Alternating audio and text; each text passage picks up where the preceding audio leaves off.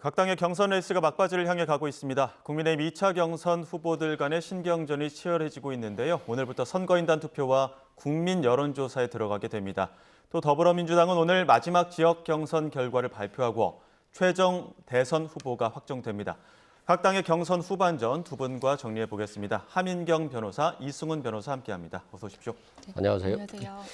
일단 더불어민주당 지역 순회 경선이 오늘 마지막 피날레를 장식을 할 텐데 오늘 오후 6시면 국민 선거인단 투표까지 합산해서 최종 결과가 나옵니다. 어떤 부분이 좀 관전 포인트라고 할 수 있을까요? 일단은 뭐 대선 경선 자체는 그렇게 민주당 지지자도 큰 관심이 없죠. 왜냐하면 어차피 대선 후보는 이재명이다. 예. 그러면 이재명 후보가 대선에 나가서 승리하고 차후 집권을 했을 때 어떻게 잘할 것인가에 대한 궁금함이 있어요. 그런 측면에서는 흥행은 없습니다만 예.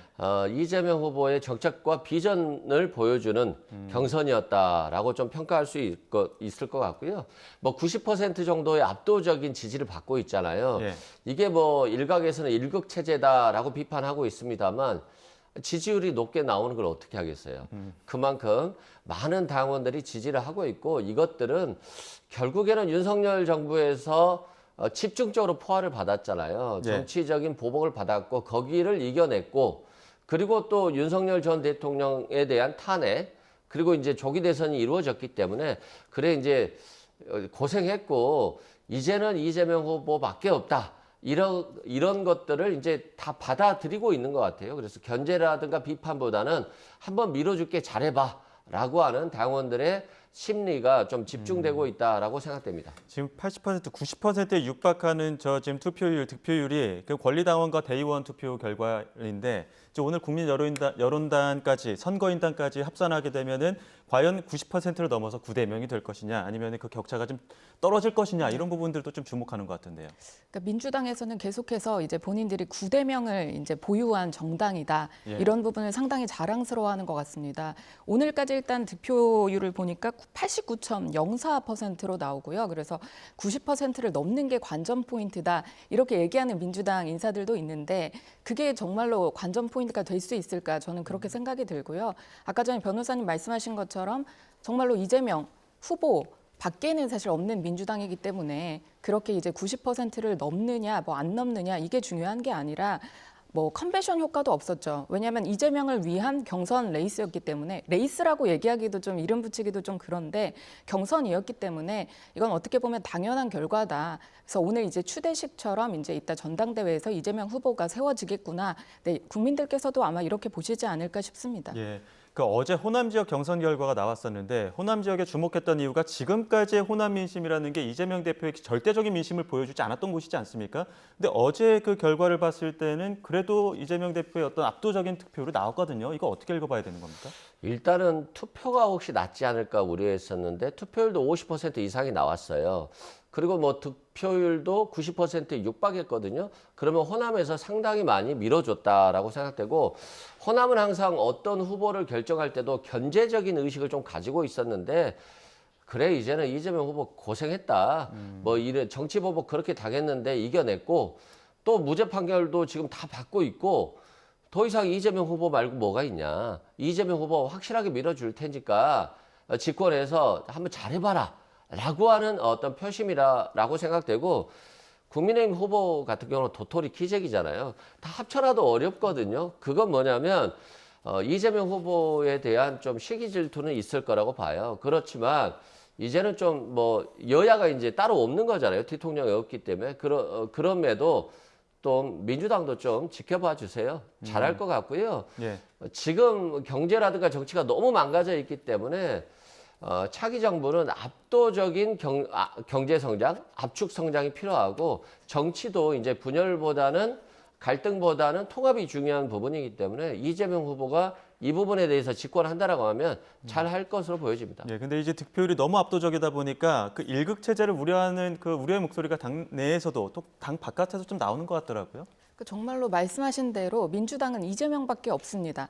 이재명밖에 없기 때문에 어떻게 탈출하려고 해도 이제 그 전략 뭐 그 탈출구가 사실 없는 그런 상황이고요. 이게 경선 룰도 네. 그래서 이제 권리당원으로 이제 다 바꾼 게 13년 만이라고 하는데 그렇게 이제 이재명은 뭐 어대명, 구대명 이런 얘기가 나옴에도 불구하고 지난번에 이낙연 후보한테 그 세 번째 경선에서 너무나 크게 져가지고 이제 떨어질 뻔한 그런 충격에서 벗어나지 못해서 조금의 불확실성도 이제 용납하지 않겠다. 그래서 많은 사람들이 비판을 했죠. 이게 권리당원으로만 이제 투표를 하는 부분에 대해서 그럼에도 불구하고 그렇게 이제 구조를 전략적으로 이제 경선에서 이재명이 추대될 수밖에 없게 이렇게 이제 만든 부분이 있고요. 이재명도 잘할 거니까 잘 지켜봐 달라 이렇게 변호사님 말씀하셨는데 그런 부분이 상당히 위태스럽기 때문에 이제 많은 국민들이 우려를 하고 있고 이재명 후보가 민주당에서는 이렇게 90%에 육박하는 그런 득표율로 이제 후보가 되겠지만 많은 중도의 민심을 움직이지 못하고 있는 상황이거든요. 그 이유는 경제를 뭐 압도적으로 가지고 가겠다, 끌고 가겠다 이렇게 얘기를 경제 대통령 뭐 이런 얘기를 하던데 계속해서 기업을 발목 잡고 있는 그런 뭐 법안을 내고 오늘은 이게 뭐 52시간 예외를 적용해야 된다라고 하더니 민주노총을 만나고 나서는 그 다음에 이제 말이 또 달라지고 이게 오늘 말과 내일 말이 정말 하루하루 변하는 이런 상황에서 과연 국정을 맡길 수 있을까 이렇게 생각하는 부분들이 상당히 많거든요. 그래서 그런 부분을 극복을 해야 되는 것이 또 민주당의 숙제로 하나 있고 또 하나의 숙제는 사법 리스크가 아직도 현재 하고 있습니다. 그런 부분 때문에 민주당에서 만약에 이재명 후보로 이제 내세운다면 민주당에서는 후보 없이 이제 대선을 치를 수도 있는 그런 위험도 있다. 이런 부분을 좀 지적드리고 싶습니다. 네, 일극 체제에서 어떤 정책 신뢰도나 사법 리스크를 짚어주셨는데 여기 반론할 이야기 있습니까? 네, 한 말씀 드리면요. 윤석열 정부 하도 정치 보복을 잘해가지고 민주당이 짓고 나면 정치 보복할 것이다라고 생각을 해요. 근데 그런 우려는 안 하셔도 되고요. 윤석열 정부가 너무 경제를 망가뜨려 놔가지고 정치 보복할 시간도 없을 것 같아요. 경제에 굉장히 집중할 거다 이런 말씀 드리고요. 두 번째는 과거에는 대의원 투표가 좀 있었어요. 근데 대의원 투표가 60몇 배였어요. 권리당원에. 이해할 수 없는 부분이고 이 대의원은 지역위원장들이 다 뽑았거든요. 그렇기 때문에 대의원제가 투표율이 없어지고 권리당원과 국민 50대 50으로 한 것들이 훨씬 더 민주적이다 이런 말씀 드리고요. 자꾸 민주당이 기업의 발목을 잡았다라고 하는데요. 아니 야당과도 정치를 하지 않고 국민과도 정치를 하지 않고 윤석열 혼자 정치를 하려고 하면 정치가 되겠습니까? 경제도 안 된다 이런 말씀 드리고요. 주 52시간 관련해서 당연히 노동계의 반대는 있을 거라고 봐요. 그런데 반도체법 등 전략 산업에 대해서는 이재명 후보가 AI가 됐든 반도체가 됐든 적극 지원할 생각이거든요. 대통령이 되기 전과 되긴 이후에 어떤 리더십이라든가 강력함은 다를 거라고 봐요. 그래서 AI라든가 반도체에 대해서는 상당히 유연하게 전략적으로 접근할 것이고 주 52시간제 부분도 상당히 유연하게 저는 해나갈 거라고 봅니다. 예, 지난 마지막 그 민주당의 TV 토론회에서 이재명 후보 빨간색과 파란색이 좀 섞여 있는 넥타이를 메고 나오기도 했었고 정치 보복 절대 없다 이런 얘기하시면서 통합에 대한 이야기를 많이 했는데 이 부분과 관련해서 국민의힘에서는 그 신뢰할 수 없다 이렇게 좀 얘기하는 것 같더라고요. 그 도대체 이재명 대표가, 그러니까 이재명 후보죠. 이재명 후보가 얘기하는 정치 보복이 없다라는 게 도대체 무슨 말인가? 아마 다들 의아해하실 거라고 생각이 듭니다. 불과 얼마 전에 이제 반명, 뭐 비명 이런 분들과 화합을 하겠다라고 포옹을 하고 돌아서자마자 이제 방송에 나가서 지난번에 총선 때 비명 행사했던 거 사실 내가 7명을 떨어뜨렸고 나머지 이제 떨어진 사람들은 국민들이 판단을 한 거다. 이렇게 또 이제 국민의 목소리를 빌어서 이제 비명 행사를 되게 정당화했습니다. 이런 부분이 정치 보복이 아니고 도대체 무엇인지 묻고 싶고요. 또 이재명 후보는 예전부터 얘기를 했던 게 정치 보복은 조용히 뒤에서 하는 거다. 이렇게 또 얘기를 누누이 해온 사람이거든요. 그런데 이제 계속해서 앞에 나와서 정치 보복을 안 하겠다 이렇게 말하는 것 자체가 도대체 왜 정치 보복을 염두에 두고 있지 않으면 이렇게 얘기할 수 없는 거다 이렇게 말씀드리고 싶고 아까 전에 변호사님이 얘기하신 것처럼 지금 현재 이제 민주당의 당대표로서의 이제 리더십과 대통령이 된 뒤에 리더십은 다를 거다 이렇게 말씀하시는데 그건 전혀 아니라고 이렇게 말씀을 드리고 싶고요. 삼성과 같은 기업을 6개를 만들어서 이제 나라를 잘 살리겠다. 기업이 잘 살아야 국민이 잘 살고 나라가 잘 산다. 이런 말씀을 하셨는데 이재명 후보가 그런데 그러고 나서 바로 이제 한 게 상법 개정입니다. 그런 부분들이 기업이나 국민이나 볼 때 이 사람 말을 과연 이렇게 믿을 수 있을까, 신뢰할 수 있을까 이런 부분이고요.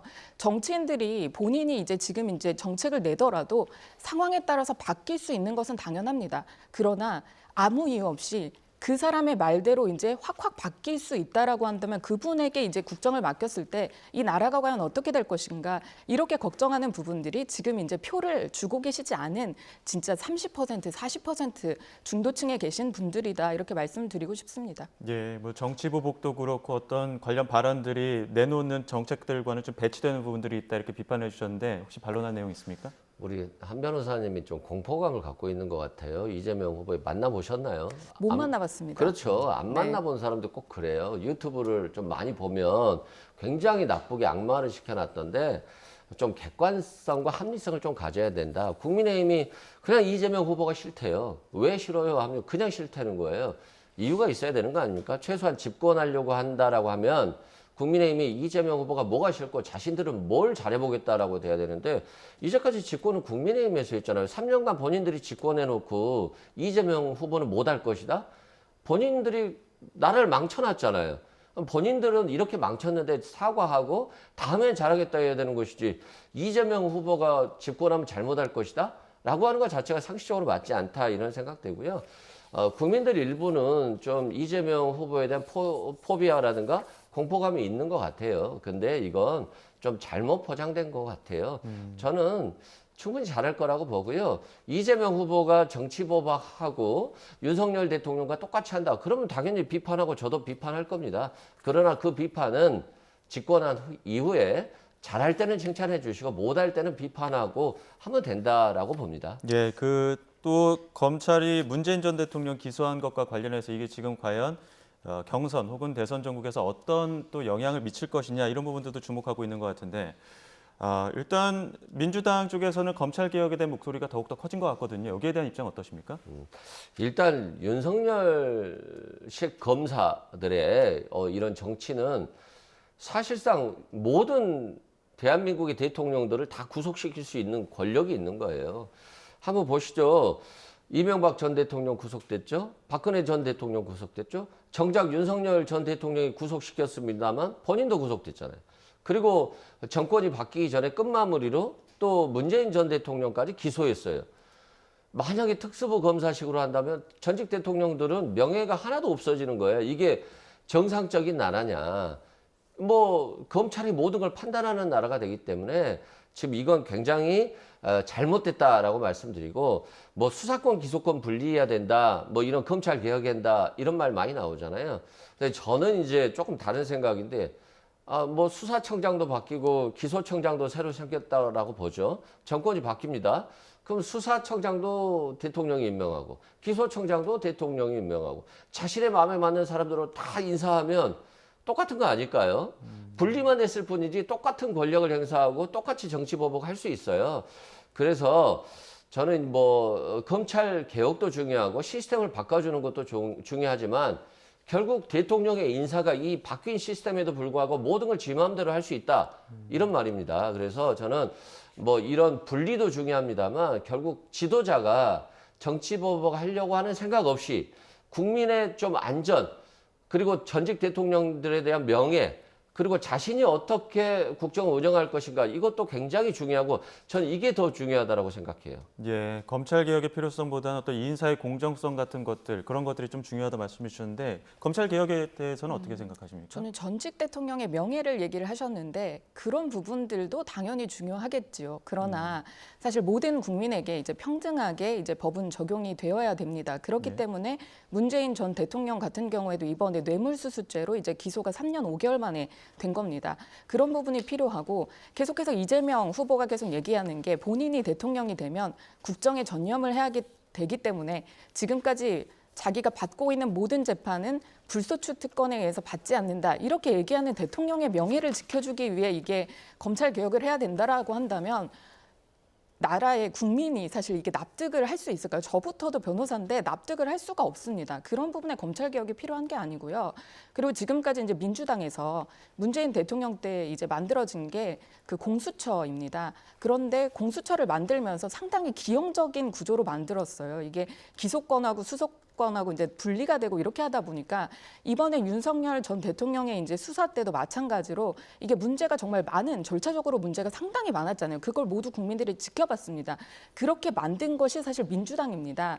이게 법안을 만들고 할 때 생각을 하면서 이제 만들어야 되고 이게 앞으로 어떻게 펼쳐질지에 대해서 예상을 하고서 이제 법안을 만들어야 되는데 만들어 놓고 보니까 이렇게 허점이 많고 빈틈이 많은 이런 상황에서도 이재명 후보는 그래도 이제 공수처에게 더 권한을 많이 줘야 된다. 이렇게 얘기를 하고 있는 이런 부분에 대해서 네, 그렇습니다. 저를 비롯한 국민들이 많이 이제 공포감을 느끼게 되는 것이고 나라 운영이 과연 어떻게 될 것인가 이렇게 걱정하지 않을 수가 없고 제가 얼마 전에 사설에서 봤는데 가장 극한 직업 중에 하나가 민주당 패널이라고 합니다. 왜냐하면 이재명 대표가 나와서 이재명 후보가 나와서 이제 얘기하는 말에 대해서 아 그건 사실 그런 뜻이 아니었고 이게 이런 뜻으로 받아들여야 된다. 이렇게 뒤처리를 계속 하다 보니까 이게 극한 직업이다. 이렇게 이제 나왔던 그런 부분도 있는데 상당히 좀 네, 예. 많이 생각을 좀 하고서 법안을 만들고 이제 정책을 좀 하셨으면 좋겠다 이런 말씀 드리고 싶습니다. 요즘 시대가 바뀌었는데 우리 한 변호사님 잘 모르신 것 같아요. 윤석열 전 대통령이 계엄하고 나서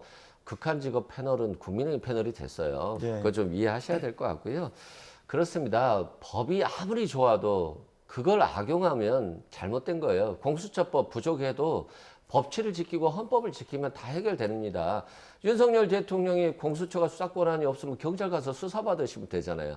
국민의힘이 특검 통과시켜서 특검에서 수사받으면 되잖아요. 두 개 다 못하게 해놓고 나서 법이 잘못됐다라고 하는 것 자체가 정당으로서의 굉장히 잘못된 후진적 정당으로서의 역할을 하고 있다라고 말씀드리고요. 국민이 심판을 하고 결정을 해서 대통령 결정했다고 칩시다.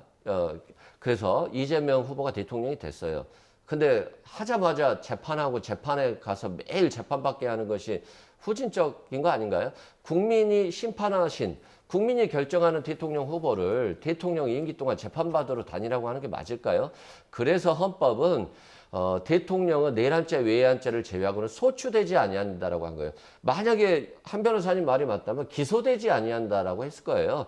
기소와 소추를 구분해달라고 하는 것은 헌법에서 구분한 것은 결국 국민이 선택한 대통령에게는 내란죄와 외환죄를 제외하고는 국정에 전념하라. 이렇게 판단한 것으로 봅니다. 예, 자 국민의힘 경선 이야기도 해보겠습니다. 1차 경선 통과한 2차 경선 후보자들 4명의 사자 토론을 비롯해서 맞수 토론까지 끝났는데 일단 두 분 어떻게 지켜보셨는지 가장 후한 점수를 줄 만한 후보는 누구였다고 판단하십니까? 저는 어제 이제 4인 토론회까지 다 보고서 우리 후보들 너무나 고생했다 이런 말씀을 사실 드리고 싶고요. 예. 민주당 같은 경우에는 이게 토론회가 아니라 합동연설회 그것도 모두 다 이제 투표가 다 끝난 뒤에 마치 이제 정견 발표하듯이 내가 잘하겠습니다 이런 이제 합동연설회를 하고 다니고 있는 반면에 우리 국민의힘에서는 후보들을 정말 다 발가벗겨서 이렇게 경선에 이제 내놓고 예. 후보들이 토론을 하는 과정을 유권자들이 다 모두 다 지켜보고 정말 네. 정확하게 판단을 하실 수 있도록 저희가 경선 룰을 이렇게 만들고 지금 그런 레이스를 후보님들이 다 뛰고 계십니다. 예. 그래서 또 각자 나와서 이게 얼마나 힘든 과정일지 아마 다들 국민들께서도 공감하실 텐데 내가 상대편에게 네. 불편한 이제 질문을 하고 답변을 하고 또 그게 아니면 또 다시 묻고 국민 대신 사실 묻고 있는 그런 과정들이거든요. 그래서 누구나 할 거 없이 정말 4명의 후보 너무나 잘하셨다. 저는 이런 말씀 드리고 싶습니다. 네 분 다 고생하셨다고 했는데 가장 후한 점수 말고 그럼 가장 고생하신 분은 누굴까요? 가장 다 똑같았다라고 저는 생각이 들고요. 왜냐하면 저희가 또 룰을 예. A조, B조, 그러니까 이렇게 또 짜서 예. 토론을 4번 했고요. 그리고 또 어제 4인 토론회까지 거쳤습니다. 그래서 누구나 상관없이 다 공정하게 불편한 질문을 받으셨을 거고 그에 네. 대해서 또 답변을 하셨을 거고 그렇기 때문에 뭐 가장 후한 점수, 뭐 가장 고생하셨을 후보 네. 다 저는 4분이 동일하지 않았을까 이런 생각이 듭니다. 누구 하나 꼽지는 못하시는데 이 변호사님 어떻게 보십니까? 제가 뭐 국민의힘 후보를 좋아할 리는 없습니다만 가장 정상적인 후보 그리고 가장 좀 준비가 잘 된 후보 같은 경우로 한동훈 후보를 봤어요.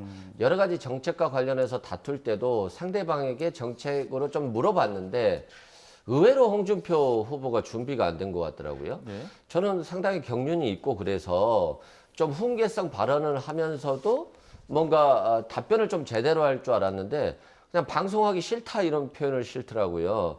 그러면서 계속 깐족된다 말하니까 처음엔 좀 재밌었는데 나중에 보니까 이분들이 지금 대선 후보 토론에 나온 거 맞나? 라고 하는 좀 의문이 있었고요. 나토식 핵 공유 관련해서도 그럼 핵을 어디에다 두시겠습니까? 라고 했을 때 답변을 계속 회피하기만 했거든요. 그런 측면에서는 많이 아쉬웠다라고 말씀드리고, 그럼에도 불구하고 홍준표 후보와 한동훈 후보가 좀 부각됐다. 반면에 김문수 후보 같은 경우는 전혀 좀 준비가 안 된 듯한 모습이 좀 보였어요. 그리고 일본 국적과 관련해서도 일본의 식민지였으니까 일본 국적이 어쩔 수 없는 거 아니냐라고 하는 건데, 상식적인 국민이라면 비록 일본의 식민지로 일본에 의해서 강압적으로 이렇게 나라를 뺏겼습니다만, 우리는 대한민국 국민이고, 그리고 대한민국을 회복시키기 위해서 독립운동을 한 것인데, 마치 일본 국적인데 어떻게 할 거냐? 그러면 다 테러리스트가 되는 거잖아요, 한국 국민들은. 그런 측면에서 김문수 후보가 국민의힘 후보로서 또는 뭐 대한민국 후보로서 자격이 있는지 참 현실 인식이 많이 부족했다라고 생각됩니다. 어제 또 공통적으로 그 토론에서 나왔던 부분들이 한덕수 대행 차출론과 관련해서 단일화 여부 이 부분을 물어봤었는데, 일단은 세 분, 그러니까 한동훈 후보나 김문수 후보 또 홍준표 후보 같은 경우에 단일화를 열어두고 있다고 얘기했지만, 안철수 후보는 조금 언짢다는 부정적인 입장을 냈거든요. 이것 좀 어떻게 해석해 볼 수 있을까요? 그러니까 안철수 후보가 이제 언짢다라는 이제 앵커님의 질문에 대해서 예. 언짢다라는 게 아니라 혼자 오를 드셨잖아요. 예, 근데 예, 예. 언짢다라는 게 아니라 이게 바람직하지 않다 이런 예, 이제 예. 말씀을 하신 거는 아마 이제 국민의힘에서 지금 치열하게 이렇게 뭐 민주당이든 일반 국민들이든 모두 다 비판을 받을 수 있는 그런 자리에 올라가서 이렇게 경선을 치렀는데, 이렇게 또 한덕수 지금 국무총리가 예. 권한 대행으로서 여러 가지 역할을 하고 계시잖아요. 그런데 이렇게 자꾸 얘기가 나오는 것이 바람직하지 않다 이렇게 말씀을 하셨던 것으로 저는 이제 기억을 하고요. 예, 예. 그리고 또 나머지 후보들은 이제 언짢다라는 표현이 아니고 이제 모두들 같이 이제 대선을 치르는 게 맞다라고 하셨고, 홍준표 후보 같은 경우에도 처음에는 언짢았는데 생각을 해보니까 한덕수 후보와 또 이제 경선을 또 치르게 된다면 뭐 원샷 경선 뭐 이런 얘기를 하시더라고요. 그런 부분을 이기지도 못할 거면 이게 대통령 후 국민의힘의 대통령 후보로 나가는 게 맞겠냐 이런 생각을 해보니까 언짢지 않다 이렇게 말씀하셨거든요. 그래서 예. 그런 부분으로 만약에 뭐 한덕수 총리가 나오신다 하더라도 후보들끼리 같이 또 협의를 해서 또 문제가 없지 않을까, 저는 개인적으로는 그렇게 생각해 봅니다. 한 변호사님 말씀처럼 정정을 드리겠습니다. 언짢다는 말은 안철수 후보가 한 건 아니었고요. 그 사회자의 질문에 부정적인 입장만 냈었고, 또 안철수 후보 같은 경우에는 오늘 또 기자회견을 했습니다. 그 한대행 출마한다면 우리 당 후보와 함께 경선을 통해 최종 후보를 뽑아야 할 것이다, 이렇게 또 입장을 냈기 때문에 한대행의 출마와 단일화에 대해서는 현실성 어떻게 보십니까? 현실성이 좀 있어지는 것 같아요. 저는 출마 못할 줄 알았어요. 한덕수 대행은 윤석열 대통령과 함께 3년간 굉장히 무책임한 경제를 운영했잖아요. 그래서 무능했다. 그리고 또 탄핵 과정에서 본인의 잘못도 있을 건데 대통령을 잘못 보좌 했으면 책임을 져야 되는데 대통령 후보로 나온다? 그것도 좀 이해가 안 되더라고요.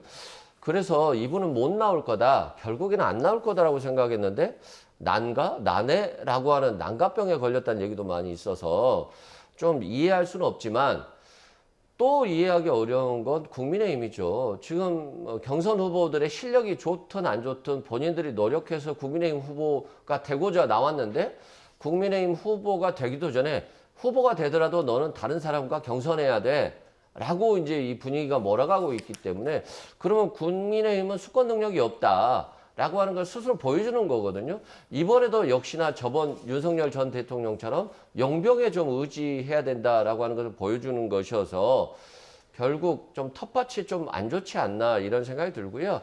뭐 한덕수 대행이 출마하든 안 하든 저는 큰 의미는 없다라고 봐요. 그럼에도 불구하고 민주적인 관점, 법치주의적인 관점에서 조기 대선 관리한다라고 했던 한덕수 대행이 대선 직전에 나온다는 것 자체가 저는 염치 없는 행동이다라고 생각됩니다. 예, 그런데 또 한덕수 대행이 조만간에 그 정대철 헌정회장, 그 민주당 출신 정치 원로를 만난다고 하다 보니까 이게 그냥 단순히 그 개혁신당과의 빅텐트 그 이상으로 그랜드 텐트를 칠 건 아니냐, 이런 관측들도 나오더라고요.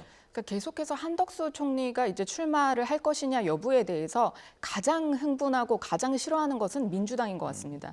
민주당은 구대명, 어대명까지 보유한 그런 정당이라고 자랑을 하면서 왜 뭘 그렇게 무서워하는 건지 모르겠고요. 그리고 또 국민의힘에게 이제 한덕수 총리까지 뭐 용병설 얘기하면서 이렇게 하는 게 상당히 염치 없다 이렇게 말씀하셨는데 염치 없는 건 민주당이 아닌가 이런 생각이 듭니다. 본인의 사법 리스크도 지금 해소하지 못하는 그런 후보를 민주당 후보로 내세우고 이 후보 말고는 우리 민주당은 없어 이렇게 얘기를 하면서 항소심 그 선거법 항소심도 그랬고요. 대법원 지금 이제 상고를 이제 판결을 할 대법원에도 그렇고요. 우리가 민주당 후보로 이재명을 냈는데 판단을 이렇게 해서 대통령 후보 못 나오게 할 거야? 이런 책임을 다 전가하고 있는 정당이 과연 공당으로서의 역할을 제대로 하고 있는 건지 이런 부분을 묻고 싶고 한덕수 출마론이 계속 이제 부상이 되는 것은 사실 이재명의 대척점에 있기 때문이다라는 말씀 드립니다. 왜냐하면 민주당에서 계속해서 줄탄핵을 했잖아요. 그렇게 해서 살아 돌아오고 나서도 그 전에도 그렇고요. 묵묵히 본인의 의연하게 어떤 욕을 먹더라도 의연하게 본인의 역할을 다 하고 있고 외교든 그리고 뭐 안보든 경제든 다 그렇게 끌고 있는 그런 모습들이 상당히 굳건하게 보이는 거 아닌가 이런 생각이 들고 이건 민주당에서 계속해서 논란을 만들고 있다 이런 말씀을 드리고 싶고요. 또 이제 일각에서 말씀하시는 게 이 한덕수 총리가 나오게 되면 빅텐트가 가능하다. 왜냐하면 보수든 그리고 또 진보든 가리지 않고 이게 한덕수 총리가 한다라고 하면 다 그 텐트 안에 모일 수 있다. 그랜드 텐트까지 얘기가 나오는 그런 상황이거든요. 그래서 한번 지켜봐야 되지 않을까. 네, 저는 개인적으로는 그렇게 생각합니다. 이 부분에 대해서 짧게 혹시 반론하실 내용 있으십니까? 일단은 뭐 텐트가 빅 텐트든 그랜드 텐트든 별로 안 좋잖아요. 비 오고 바람 불면 날아갈 수도 있는 거 아니겠어요? 민주당은 지금 철근 콘크리트 집을 지어놨고 국민들을 편하게 할 수 있는 이미 수권 준비를 다 해놨다 이런 말씀 드리고요. 한덕수 대행이 나오든 안 나오든 뭐 싫어할 게 있겠습니까?